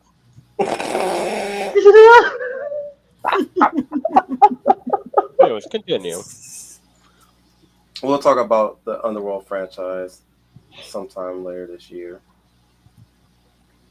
But yeah, she's one of my favorite protagonists. I wouldn't necessarily call her a hero, just more of a villainous Avenger since she's a death dealer, and their positioning is of course wiping out the Lycan race wherever they show up. Of course, there's Superman and Popeye and Captain America. You know, you guys like those guys, of course. Popeye being Oh, let's my not top forget Wonder favorite. Woman. Yes, Wonder Woman. About her. Totally love Linda Carter, Wonder Woman. When she runs, you just One of can't my help but best. look. You can never look away when she runs. Oh, Or when Yeah, she speaks. and even after all these years, like Linda Carter still looks good, and because she kept herself in shape. Yes. My favorite episode was when her cousin became Wonder Woman for a short time. Or I wouldn't call her a cousin, but you know what I'm talking about. the The Yeah. one sister, the Or your one little episode sister. Donna. the one episode where they introduced the kid. Well, she was legal. She couldn't be that much of a kid. What? She's legal. For those who don't know what that reference came from, that came from Extreme Ghostbusters. Mm-hmm. From the two-parter, for like Oh my Darkest Comes. god. We gotta talk. We gotta one day talk about how cartoons slipped past a lot of naughty things back in the days. Oh, we'll save that for next year. You guys want to name y'all stuff before we go? Um, well, for me, there's many different categories of heroes, but my absolute favorite would have to be the aspirational hero. I've always loved him since I was a kid, and I still do now, and that would be Luke Skywalker, Superman, Captain America. You mentioned Wonder Woman. Those are my type of heroes. Those are my favorite types of heroes. They're also the ones I feel are kind of in danger because people are trying to deconstruct them because they don't understand them.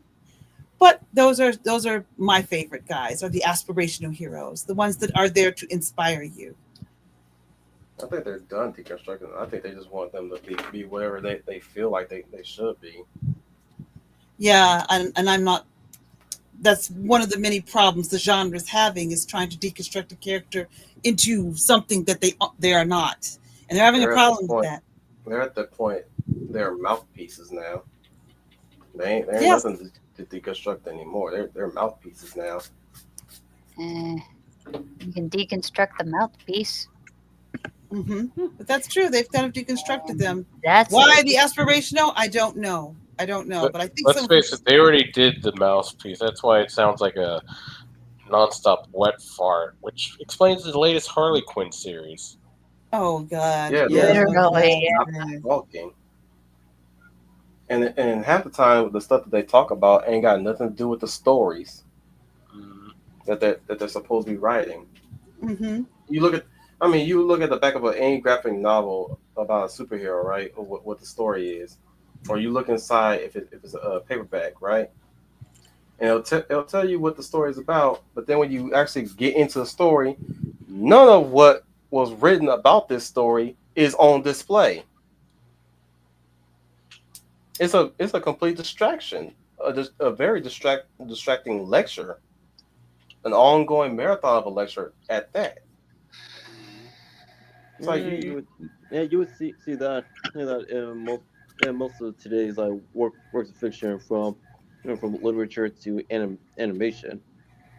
Oh, those Um, always get so old. yeah, I mean since you brought up like Hazbin Hotel and Hell of a Boss. Well, it's another example of that would be, well, Disney's Owl House. You really So just can't that's stop also an bringing that up. You example. just love it, don't you? It's an example of what not to he do. was Do burned like by in it. creating a He story. had potential, but you fading out. So let's move on to Humble. Okay, Dark Hero would be Oh, Solomon Kane. oh, you're talking about fiction. Okay. Okay, Dark. Oh, sorry. Where is it? Your turn or I could be a Oh, hero it's if your you turn. want. no? My Aw. favorite hero is one of my favorite heroes is Solomon Kane. All right.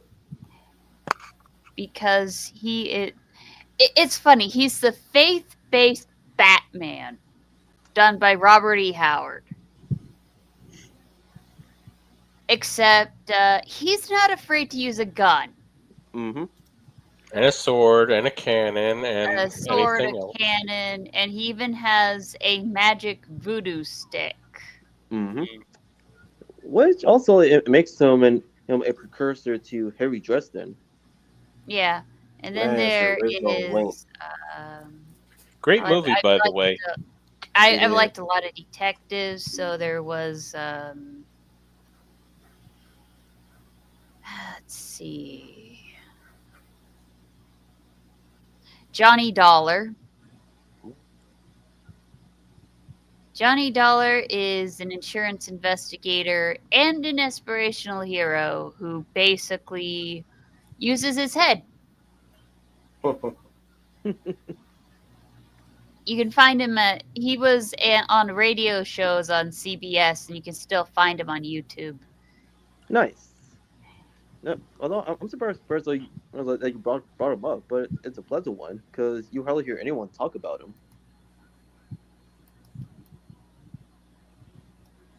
Dark. I'll let Dom go and I'll finish out. Go ahead, Dom. Well, for heroes, I go. I want. Well, besides the favorites, it would be the Thunderbolts, the original Thunderbolts, when they were made in 1997. Because the whole entire premise of the team being composed of former or reformed supervillains is actually and you want to see these characters succeed, like from Songbird and Mach 1 to Atlas. And I was like, who felt that doing the right thing is good, as they want to move on from the villainous past. But nowadays, these writers want to write them as Marvel's answer to the Suicide Squad, even though they're not the Suicide Squad of the Marvel universe. As for villains, Shriek from Marvel Comics, and I gotta say, she is just as psychotic and murderous as her boyfriend Cletus Cassidy, Carnage. It's a shame they screwed her character up in Venom. Agreed. All right, Dark. Heroes I like. Pretty much I like your pulp characters mostly. Yeah. You know, could range from detectives to pretty much like the Shadow mostly. I think there's just an amazing lore about him. I mean, he's mysterious. He's essentially a spy master. He's got agents everywhere, and he commands their loyalty not only with his strong will, but also with his rather heroic deeds. And Mm-hmm. although not seen as heroic, depending on who you talk to, but you could have him anywhere in the White House, and he understands good and evil as clear cut as it can be, and he doesn't see a gray. Much like Mr. Because A by Steve Ditko. yeah, uh, but aside from that, pretty much a lot of your pulpy characters, Phantom or pulp inspired, like the Rocketeer, before, uh, yeah, the latest stuff. Oof. Uh, or even far back as your swashbuckler kind of pulpy heroes like Zorro, Yeah. the original Zorro, not latest Amazon Zorro and stuff. We don't talk about that. Mm-mm. Oh, But pretty much that. Wamazon? Yes. But yeah, pretty much that. Just pulpy age heroes. Cool. I like them the That's most. They're cool. very down to earth, humble even. uh, and they have no qualms about how to, go about doing what needs to be done when it comes down to it. I mean, they're not going to go straight out murdering everybody, but like the Punisher or something. But when it comes down to that point, they're just going to do what needs to be done. No Batman issues upon issues about why murder is bad or whatever from you know just about any modern hero in DC or Marvel. But yeah, just those guys. I like those guys the most. They, That's a they cool definitely list. deserve attention. Well, deserve more attention, that is. Yeah, you got a cool list there, Dark. Those are cool characters. Like, oh. Hmm. No, he That's knows his great. stuff. Yeah, yeah. I got to give him credit for that. The classics sound like the classic guys, and those are heroes. So I got everybody so far. Mm-hmm. All right then. I'd like to thank everybody for being here. Those five of you originally, and those nonsense motherfuckers that keep popping it out. Tune in on Tuesday, where we're continuing another movie spotlight, and this time it's another one of my favorites of obscure movies that nobody really either talks about or has heard about, for that matter. Brain Scan. Remember that it's playing thing, and kudos to Dark for helping me find that, because that movie was invading my mind for the longest time, and I never knew the name of it. There's another movie I want to ask you about that you probably have seen, and I need to know what the name of that is because I want to look that one up too as well. But we'll talk about that in the green room. There's actually two of them actually, but I ain't gonna talk about it here. But we'll be talking about Brain Scan this Tuesday, starring Edward Furlong of Terminator 2. Yes, that Edward Furlong. Before he got fat. Yes. Yeah. Poor guy. Yeah. Poor guy.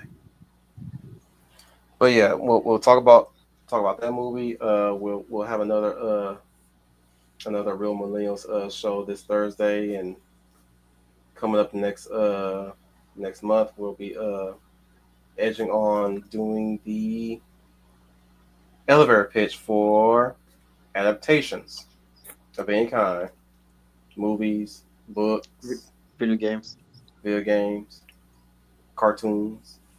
You know the works. Yeah, buddy. Yep.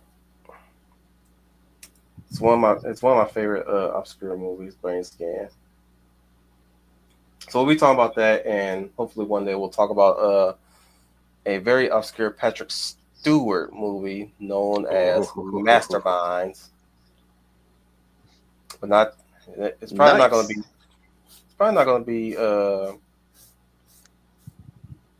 this early in this year. Maybe in the fall. We'll talk about it. Stewart really should have just grew a mustache because he really looked good with that. My man looked like a straight up Bond villain with that mustache. Yeah. He was never in a Bond film. No, Bond. I expect you to die. That's more No, Bond, I expect you to get me my Earl Grey on the double. No, that's more Patrick Stewart and less Morgan. Imagine Morgan Freeman as a Bond villain. Ooh. Well, this is not the first time of seeing Morgan play against type. I mean, look at him in Wanted. And Dreamcatcher.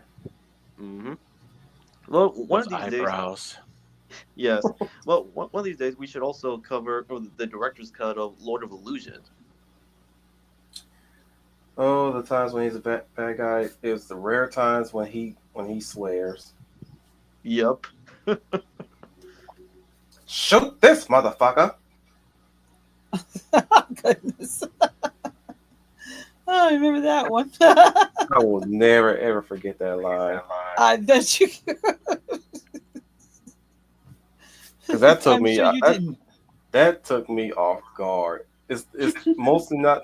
It's not the fact that he swore. It's the fact of how he said it, in the way how he said it. Shoot this motherfucker! It's like, ooh, the ghetto came out of you that time. Said like homie said like he said like an old school gangster. Yep. Yeah, Because at that point, before that even happened, you just hear him talking throughout that whole movie. He's so eloquent. He's just Morgan Freeman isms. Yeah, And the Morgan Freeman. He just break out of that ism just right in that moment. I was like, oh wow. I still hold on to the opinion that the movie wanted is better than the source material, because at least what Wesley in the movie is more likable than his comic book counterpart, and less of a douchebag. I do need to address more things to come, which is some other obscure projects, like say again we'll talk about robot jocks. I think somewhere in April as well. Yeah, I know you're gonna like mid-April this or late. Probably late. All right, well, keep us updated. Hey, Air Gear's here. But yeah, the humblest of writers, Humble Marty. Hello, I am Humble Marty, and thank you for being here today while we talk about heroes and villains. The Hound of the South, Donny Powell. Well, thank you everyone for joining us in tonight's episode of Real Millennials. Make sure you stay tuned for next Thursday's episode as well as us talking about Brain Scan. You all have a good rest of your weekend. This is the Hound of the South, Donny Powell, signing off. And remember, cynicism and nihilism are for losers. You got to keep your head up. You guys got 1 day to watch it. 2 days, to be exact. So I want to hear, I didn't watch it. I want to hear at least I attempt to watch it. I watched most of it. I watched a little bit of it. Something to that effect, ladies. But, Mr. Wolf, I'm too young to watch horror movies. They're scary.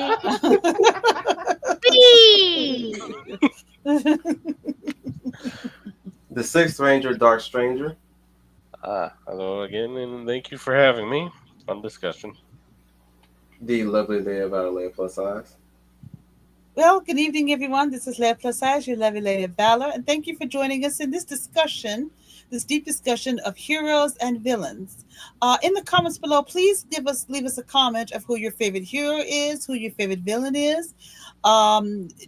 Do you feel there's a line being blurred between heroes and villains, or anything you'd like to say on the matter?